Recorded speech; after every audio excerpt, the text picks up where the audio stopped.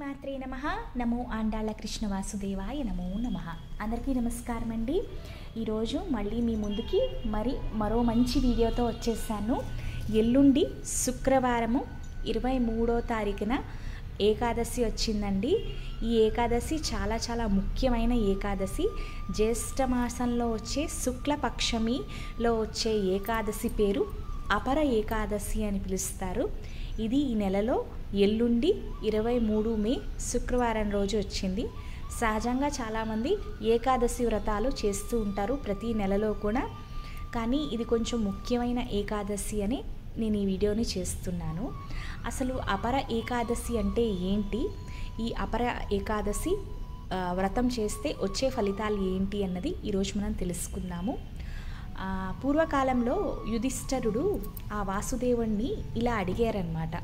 ఓ వాసుదేవ, ఈ ప్రపంచంలో పెద్ద తప్పులు చేసిన వాళ్ళు, అంటే ఋషుల్ని చంపేస్తూ పెద్ద పాపాలు చేసి తర్వాత ఆ పాపాలన్నింటినీ కూడా పోగొట్టుకునే విధానము, అంటే కొంతకాలం వాళ్ళు చెడుగా ఉండొచ్చండి, కానీ తర్వాత వాళ్ళు మంచిగా మారుతారు.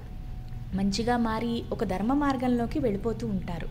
అలాంటప్పుడు వాళ్ళు చేసిన చెడు పనులకి అంటే మొత్తం ఆ చెడు పనులన్నీ తుడిచేసుకునే ఒక ఉపాయం ఏమైనా ఉందా స్వామి అని యుధిష్ఠిరుల వారు కృష్ణుణ్ణి అడుగుతారు.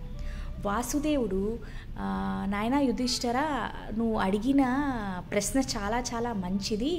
పెద్ద ఋషుల్ని చంపిన వాళ్ళు, ఎలాంటి పాపం చేసిన వాళ్ళైనా సరే ఈ జ్యేష్ఠ మాసంలో వచ్చే శుక్లపక్షంలో వచ్చే ఏకాదశిని అపర ఏకాదశి, అంటే ఎలాంటి తప్పులనైనా తొలగించే అతి శక్తివంతమైన ఏకాదశి అని కృష్ణుల వారు సెలవిస్తారనమాట. అందుకనే మనము చక్కగా తెల్లవారుజామునే లేచి స్నానం చేసేసుకుని, మీ దగ్గర ఏమైనా చిన్న కృష్ణుడి విగ్రహం అలాంటిది ఏదైనా ఉంటే కొంచెం తులసి జలంతో స్వామికి అభిషేకించుకోండి ఆ రోజు. తర్వాత కన్నయ్య ఫోటో కానీ విగ్రహం కానీ ఉంటే చక్కగా తులసి దళాలతో, స్వామికి చాలా ప్రీతికరం అండి. మీకు కుదిరితే తులసి దళంతో మాల అల్లుకుని దాని మీద కొంచెం చందనం జల్లుకోండి. ఒకవేళ మాల అల్లే సమయం లేకపోతే ఆ తులసి పత్రాలు ఒక 4-5 తీసుకుని మనకి వచ్చిన మంత్రాలు, శ్రీకృష్ణ గోవింద హరే మురారి, హే నారాయణ, హే వాసుదేవ అని స్వామికి, అంటే గోవిందనామాలు చదువుకోవచ్చు. తోచిన నామాలు తులసి దళాలతో స్వామికి పూజించుకోవచ్చండి. స్వామికి చక్కగా పాలు కానీ వెన్న కానీ అటుకులండి, స్వామికి ముఖ్యంగా అటుకులు చాలా ప్రీతికరము. అటుకులు మనం ఏదైనా అటుకుల పాయసం కానీ అటుకుల పులిహోర కానీ చక్కగా స్వామికి ప్రసాదం నివేదించుకోవచ్చు. రోజంతా మనం ఉపవాసం ఉండి స్వల్పాహారము, పళ్ళు, పాలు అలాంటివైనా తీసుకుని ఉపవాసం ఉండి సాయంత్రం మళ్ళీ పూజ కానించుకుని ప్రసాదం పెట్టుకొని అప్పుడు మీరు ఆ ప్రసాదాన్ని ఆరగించండి.